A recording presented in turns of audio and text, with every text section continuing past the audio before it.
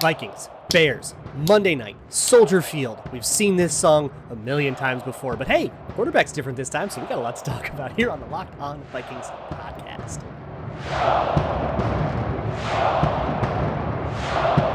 Ooh-wee! You are Locked On Vikings, your daily Minnesota Vikings podcast, part of the Locked On Podcast Network, your team every day.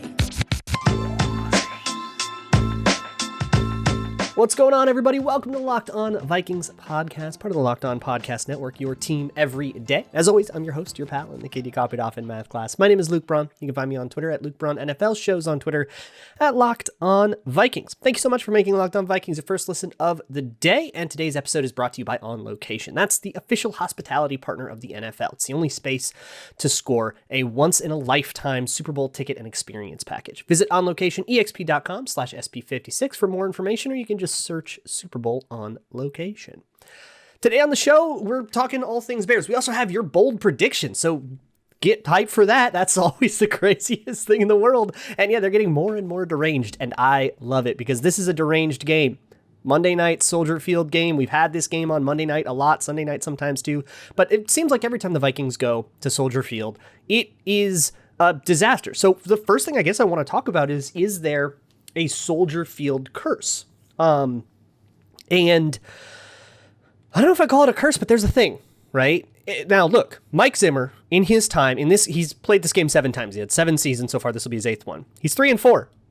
That ain't that bad. Now, considering that sometimes the Vikings are favored, but at times they haven't been favored, maybe against the spread, you would be able to do a better analysis or something like that. I'll leave that to somebody else. But on the whole, it isn't like doom and gloom, but that game is always messy. So like he's won it a couple times, but it's been like if you remember the 2017 game, which was the last game Sam Bradford played as a Viking when his knee was blown out. And that was kind of when Case Keenum took over back in 2017.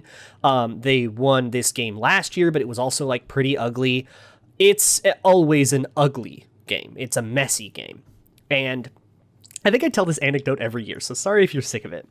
But before I took over Locked On Vikings, I did a show with Joe Oberle and the late Joe Johnson, rest his soul, who we did a podcast, and I actually went on the podcast. Actually, it was during 2018. It was right before I took over Locked On Vikings. And the Vikings played a Sunday night game against the Bears that day, and it was 2018. They lost, and it was a really, really sloppy game. After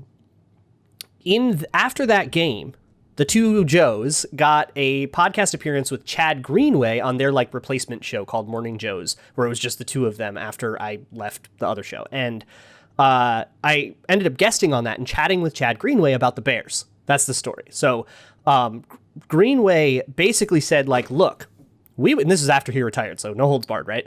And he said, look, we're not gonna lie. Like we're not gonna tell you the truth. We're gonna lie.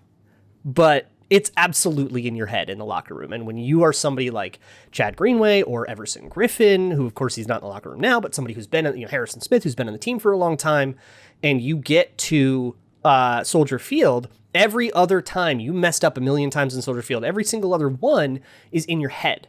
And I think that's kind of important to like recognize that it is a little bit in your head. Now, can you overcome that? Sure.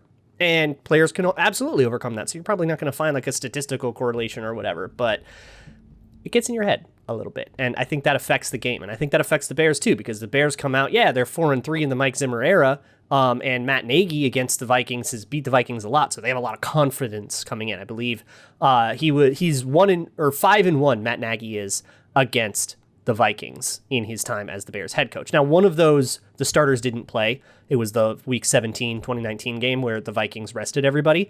And so they beat like Sean Mannion, so who cares? But 4-1 still, like that's pretty crazy. So it's going to be in the Bears' heads a little bit too, and Nagy's head and all that. But those are also Mitch Trubisky teams. Justin Fields is a new guy, so we got to talk about Justin Fields a little bit as well. But in terms of like, is there a Soldier Field curse?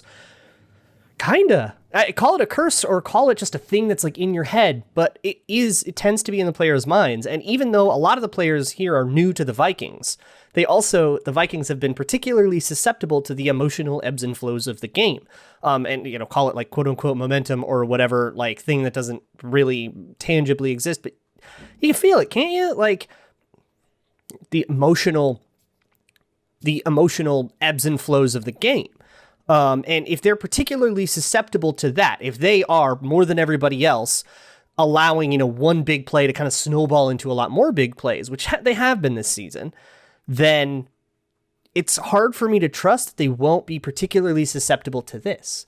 I've joked a lot. It's like a half joke, half actual trend that the Vikings have been worse against alternate uniforms, like the Lions wearing color rush and then they beat us. And the Vikings are better when they're in alternate uniforms, which is why I fully support them wearing all white in all of their road games this year. Fantastic stuff.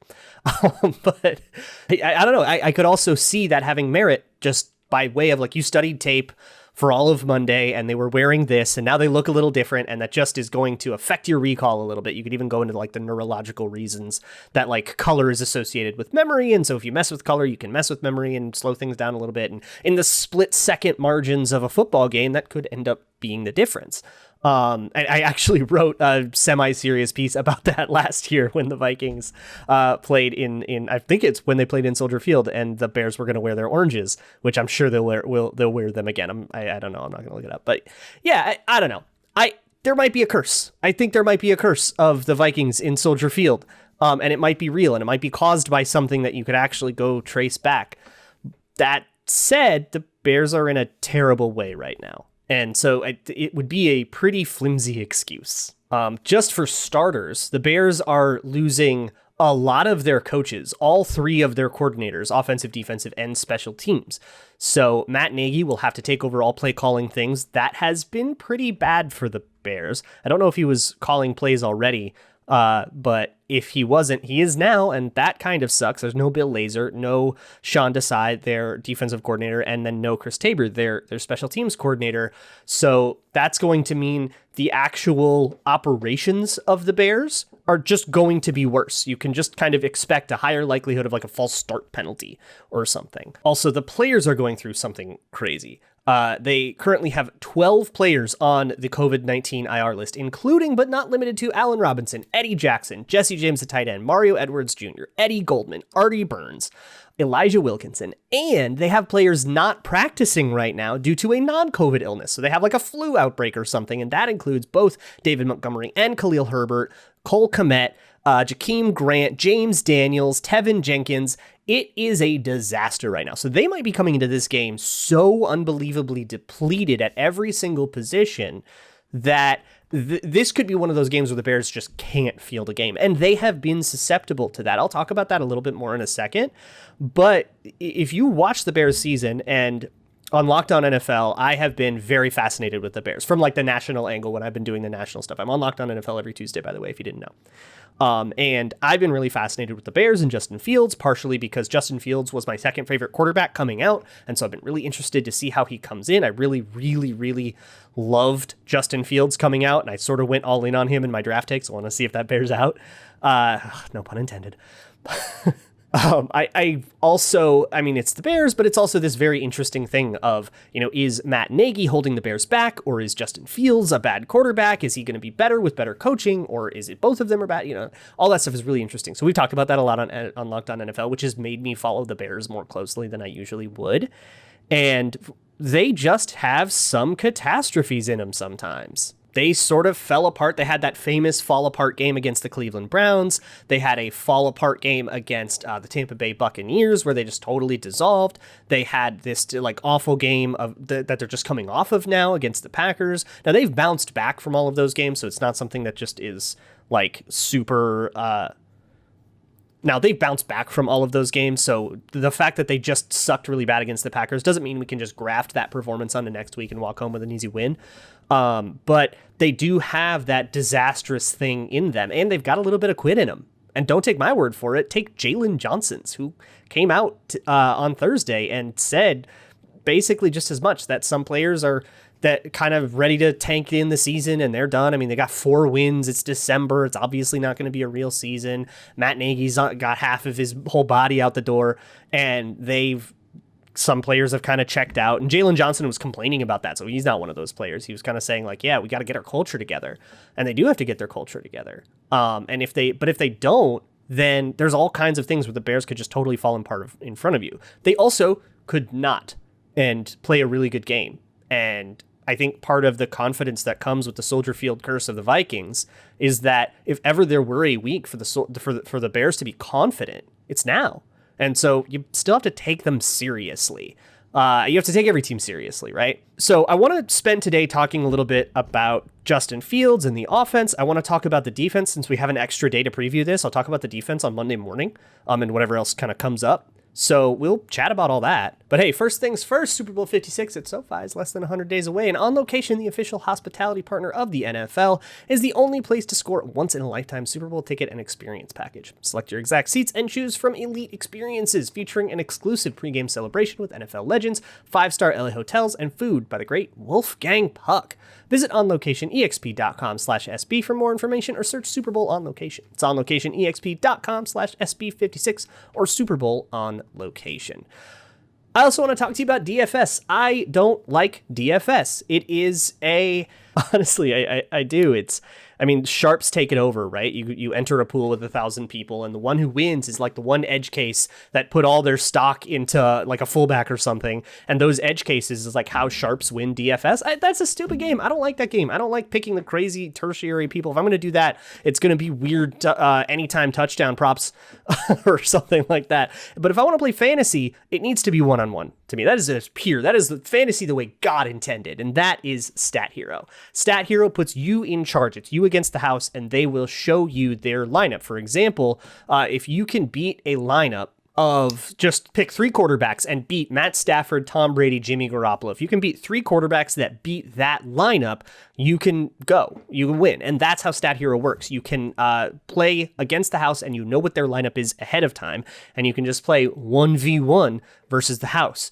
That, I think, is the ideal way to play daily fantasy. Still all the great stuff where you're not stuck with whatever team you drafted in the beginning of the year or something like that, but you can still play one-on-one and not be competing with 10,000 people. It's the first of its kind daily fantasy sports platform, and you can sign up for free right now at stathero.com/lockedon. Use promo code LOCKEDON for a 100% deposit match. That's stathero.com/lockedon for promo code LOCKEDON for a 100% match. stathero.com/lockedon, promo code LOCKEDON. Terms and conditions apply.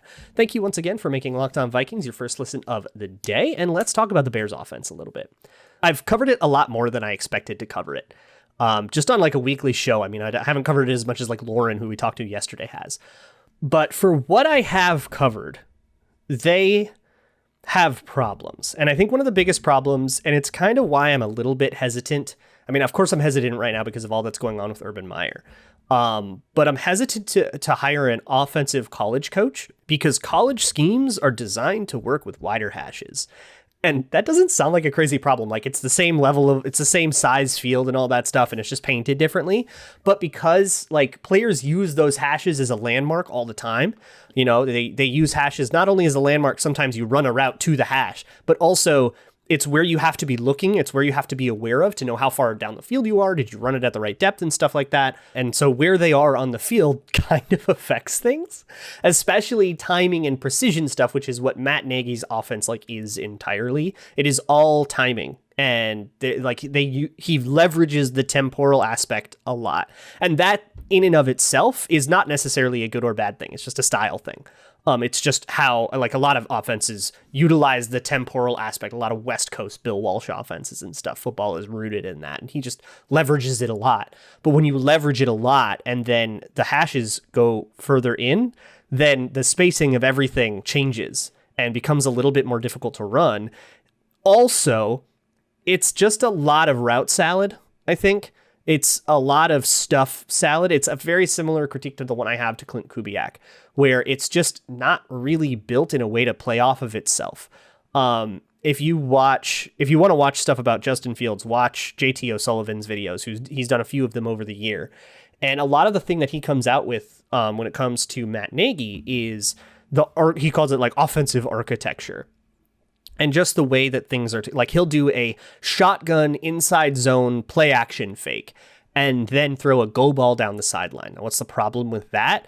It's that a go ball down the sideline is chiefly contested by a cornerback. Cornerback's the guy in the way of that. And that cornerback is probably playing pass first. Outside corners don't really play run first ever. So a play action fake isn't slowing that guy down at all. It's just slowing you down. It's just slowing the throw down, and it's making it harder to get the ball out faster. If your play action is meant to help the protection, it's also slowing down the ball. So it's not helping the protection really all that much. It's like two things on the same play that aren't working together. It's just stuff. So that's why I say like stuffed salad. It's just a toss together a bunch of crap. And I think that's been a really big problem with Nagy's offense. Now, that is not to absolve Justin Fields, who has had an absolutely awful year. But in terms of game planning for him, we should probably look at what about him is threatening and less about what about him is bad, right? But I guess we should look at both. So let's start with threatening. What's threatening about him is improv. And of course, the Vikings struggle with improv forever. I don't know if they particularly struggle with improv. Improv is just good. You know what? Justin Fields is going to make a few plays because that's what he does. He makes plays. But you just have to make it so that to beat us, he has to make a play every play. He has to make a broken play. I want to talk about the defense too, and Jalen Johnson and Robert Quinn. There's no Khalil Mack and stuff. Probably Akeem Hicks. So there's all that. I want to talk about all that. We're probably going to have to get to it on the other side of the weekend, though, because we have to talk about bold predictions, baby. I'm excited for it. But first, let me talk to you about Grambling. I am recording this after Thursday Night Football, Chargers Chiefs. It was this awesome game. And BetOnline's live betting apparatus is new and redesigned, is really easy to use. And you got to monitor that during these games. Because what I found was the Chargers scored a touchdown. They went up 28-21 with like 4.5 minutes left. And then the Chiefs took over the ball. And then I found the Chiefs plus 300 on their live betting thing. That means I got to quadruple my money when the Chiefs ultimately won. I got the Chiefs money line plus 300. That means I quadrupled my money. You got to get on the live betting. You can do player props. If you don't want to bet on NFL, you can bet on college football, tennis, hockey, golf, whatever you want, MMA, even your favorite Vegas casino games at betonline.ag. And if you sign up right now, you can enter promo code LOCKEDON, LOCKEDON, for a 50% welcome bonus. Half of your first direct deposit plopped right into your account, matched as free play money, courtesy of betonline.ag, just for entering promo code LOCKEDON. That's betonline.ag, where the game starts. Let me also talk to you about the best tasting protein bar on the planet. Look, man, this is winter. We're not being good. We got cravings. We have maybe indulgences. We would like vices, perhaps, if you'd rather. And Built Bar is a great way to satisfy those cravings without cheating. It's a cheat day without a cheat day, right? You have a high protein, low calorie, low carb, low sugar, low fat, high fiber snack covered in 100% chocolate that is utterly delicious. It even comes in Built Bar Puffs, which is like a marshmallowy one. It's like a chocolate-covered marshmallow thing. They've got a bunch of flavors. Go to Built.com to browse through them. You can also just get like a sampler, which is all their main series flavors. That's my recommendation to you if you're just starting out. But head on over to Built.com, browse the website, check back every once in a while. They got all kinds of limited time offers, and you can enter promo code LOCKED15, LOCKED15, to get 15% off of your order. That's promo code LOCKED15 to get 15% off at Built.com. Are you ready for the bold prediction segment? Oh yeah, they're only gonna get weirder from here on out, so buckle up. But it's the bold prediction segment, and today we have some extra deranged ones, and I threw my hat in the ring as well with a weird one. But first, we got to talk about last week's bold predictions. None of them hit as usual, which is how it should be. They should be too bold to be possible. They should only be technically plausible. Nothing easy here. But the first one came from King Squeaks, who predicted 2 or more double fumbles, like the offense would recover and then that's recovered by the defense, and then the defense would recover or would fumble and then be recovered by the offense, like in the same play. There were none of those. Nick Howard said that Big Ben would have more yards rushing than the entire Vikings. He had 5 rushing yards, so not so much. Purple Pride Skull said that Big Ben would get loose on a scramble and truck stick Breland on his way to the end zone. I believe on Big Ben's one scramble, I think Breland got that tackle. So he wasn't truck sticked. He got the tackle. It also wasn't into the end zone. So we didn't get there, but you had a chance. Arif Hassan said that there would be a Patrick Peterson pick 2. Unfortunately, did not get there. There were a lot of opportunities, though. A lot of 2-point conversions, which would be pretty intense. Nakaka said that Jordan Berry would have a revenge game touchdown. Now, Jordan Berry had a revenge game. If you just said Jordan Berry revenge game, he punts the Steelers out of contention or something like that, I would have given that to you because Jordan Berry absolutely got a punt that pinned the Steelers all the way back at, I believe, their own 4-yard line or their own 6-yard line. That ended up making the final drive that much harder, and then the final drive failed. So I would have given that to you, but not a touchdown. JV Swap said that the Vikings would win by the largest margin in Zimmer's career. We were actually watching this one during the game. That's a 32-point margin, and they were up 29-0 at one point. And then, of course, it all collapsed. But boy, we were thinking about it, huh? And then Nermant said that CJ Ham would rush for at least 35 yards and score a touchdown. Regrettably, CJ Ham did not touch the ball, and maybe that's why the Vikings collapsed. And then I actually threw my hat in too and said that DJ Wonnum would get 2+ unblocked sacks. I in spirit predicted correctly that there would be a lot of unblocked sacks. There were a ton of unblocked sacks, but none of them were Wonnum, so I can't get it. Now, on to week 15 against the Bears. Now, on to week 15 against the Bears. The first one comes from Forrester. By the way, if you have a bold prediction, send it to me at Locked On Vikings or at Luke Braun NFL on Twitter. I usually put out the call sometime on Thursday. Forrester said that we would get a wild animal on the field incident, delaying the game right as the Vikings are lined up for a pivotal kick. It is either then viewed as the breaker of the curse or manifestation of it, depending on the result. So I won't hold you to it specifically being a kick, but if there is a wild animal on the field problem, and then that changes the momentum of the game, I give this to you. And we'll make a judgment call on that. If it's, we won't try presuppose what the measurement will be. We'll make a judgment call on that if there's a wild animal on the field and it changes momentum. Honestly, if we get a wild animal on the field, it'll probably be pretty easy to justify the second part. So wild animal on the field is bold enough. Spurgeon wins burner says 10 total fumbles, but only 3 possession changes. So in the entire history of the NFL, as far as tracking gets weird back in the 20s or whatever, but as far as we know, there have only been 10 fumbles in a game 3 times. The most recent in 1978. There's one in the 60s, one in the 40s. So that has only happened 3 times. That would be incredibly bold. It would also be very appropriate for a Monday Night Soldier Field game. Also, all of these are weird things that would happen only to Monday Night Vikings-Bears games. And only 3 possession changes would be pretty intense too. Although once you've presupposed 10 fumbles, I guess it's not all that crazy that we go to results off of it just being a coin flip, because fumble luck basically is a coin flip. So 3 possession changes, 10 total fumbles. I'll take 3 or less too. Mr. Berg says Kirk Cousins will, for the 3rd match in a row, throw an interception following an uncalled face mask. Kirk is not going to take it this time, and he will be very close to some proper swearing and cussing. So yeah, this has been a thing that he's been face masked sometimes. It's difficult for the line judge to see that because it happens a lot of times.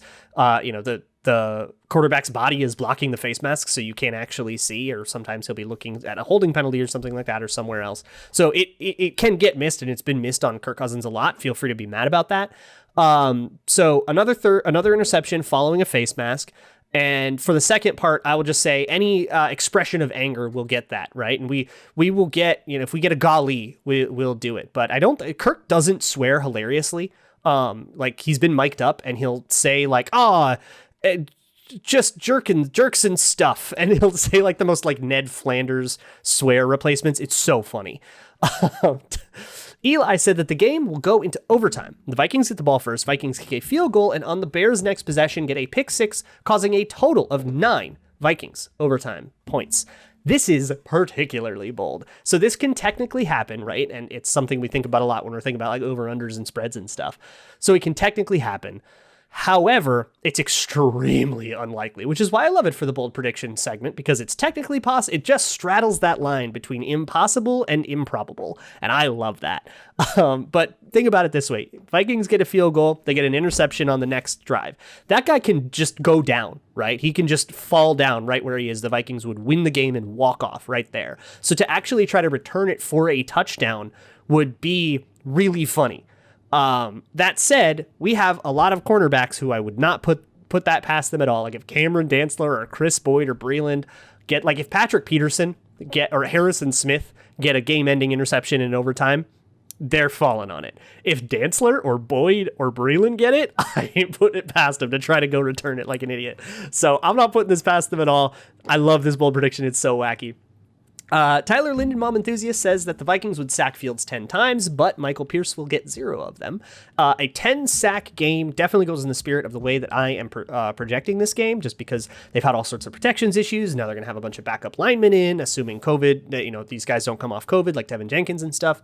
Tevin Jenkins, I think, just has the other illness. I don't know. A lot of linemen are questionable for this game, so they're going to have like a weird configuration, and they've had trouble with communicating all year, so that's just going to exacerbate it. I could totally see 10 sacks, although, I mean, that would, I believe, tie a team record, so it's plenty bold. And also that Michael Pierce gets none of them is also a great, there are just certain scenarios where you get so close, and then Michael Pierce gets one of the sacks and ruins it for you, which I would find hilarious, and I would laugh at your suffering.